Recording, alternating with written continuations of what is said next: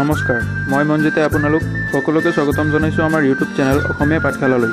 আজি আমি আলোচনা কৰিম ক্লাছ 10ৰ ইংৰাজী বিষয়ৰ এটা অতি গুৰুত্বপূৰ্ণ চেপ্টাৰ দ্য কুৰ্গৰ কুৱেশ্যন এনচাৰসমূহ। আৰু এটা অনুৰোধ, যিসকলে দ্য কুৰ্গৰ এক্সপ্লেনেশ্যন ভিডিঅ'টো চোৱা নাই, এই ভিডিঅ'টোৰ তলৰ ডিছক্ৰিপশ্যনত সেই ভিডিঅ'টোৰ লিংক আছে, তাত গৈ তোমালোকে ভিডিঅ'টো চাবা, তেতিয়া তোমালোকৰ এই কুৱেশ্যন এনচাৰসমূহ বুজিবলৈ সুবিধা হ'ব। আহক তেনেহ'লে আগবাঢ়ি যাওঁ ভিডিঅ'টোৰ মাজলৈ।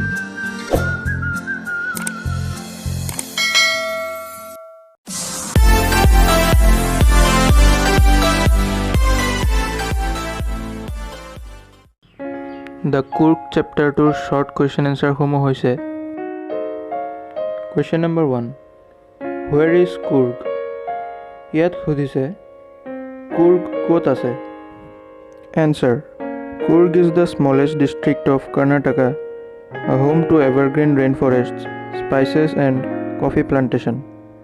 মানে কুৰ্গ হ'ল কৰ্ণাটকাৰ এখন সৰু জিলা, যি বৰ্ষাৰণ্য, মছলা তথা কফিৰ বাবে জনাজাত। Question number 2, what is the story about Kodavu peoples descent? ইয়াত সুধিছে কোডাবু লোকসকলৰ বংশগত কাহিনীটো কি? Answer: the fiercely independent Kodavu people are possibly of Greek or Arabic decent.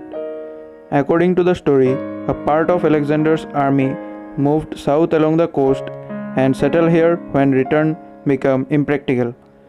These people married amongst the locals and their culture is apparent in the martial traditions, marriages and religious rites which are distinct from the Hindu mainstream.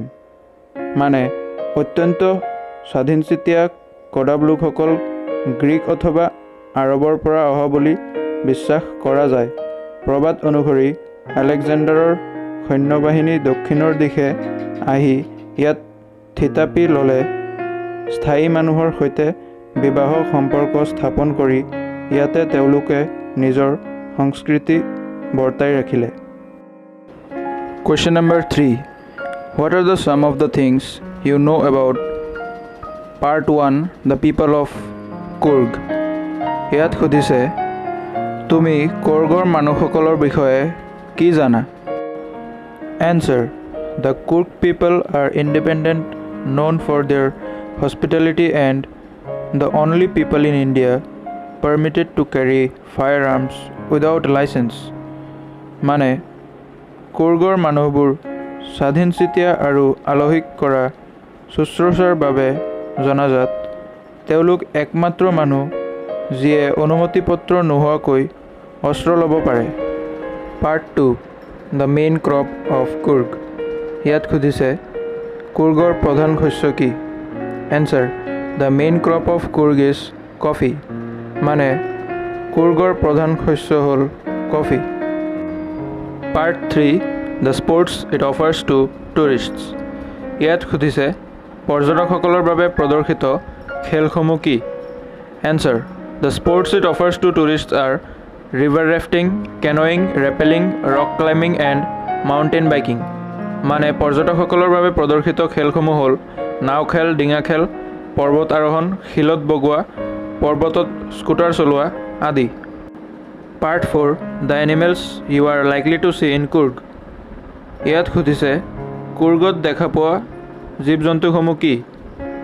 Answer: in Coorg you are likely to see the animals like macaques, Malabar squirrels, langurs and slender lorises. মানে কুৰ্গত আমি সচৰাচৰ দেখা পোৱা জন্তুবোৰ হ'ল African langur, কেৰ্কেটুৱা আদি। Part 5 it's distance from Bangalore and how to get there.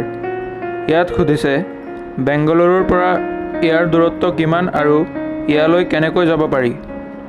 Answer: it's distance from Bangalore is around 250 to 260 kilometer and one can get there by air, rail and road. মানে বেংগালুৰুৰ পৰা ইয়াৰ দূৰত্ব 250 পৰা 260 কিলোমিটাৰ আৰু ইয়ালৈ বাছ, ৰেল অথবা উৰাজাহাজেৰে যাব পাৰি। আজিলৈ ইমানতে সামৰিছোঁ। যদি ভিডিঅ'টো চাই ভাল পালে তেনেহ'লে লাইক, কমেণ্ট, শ্বেয়াৰ কৰি দিব আৰু চেনেলটো ছাবস্ক্ৰাইব কৰিবলৈ একেবাৰে নাপাহৰিব। ধন্যবাদ।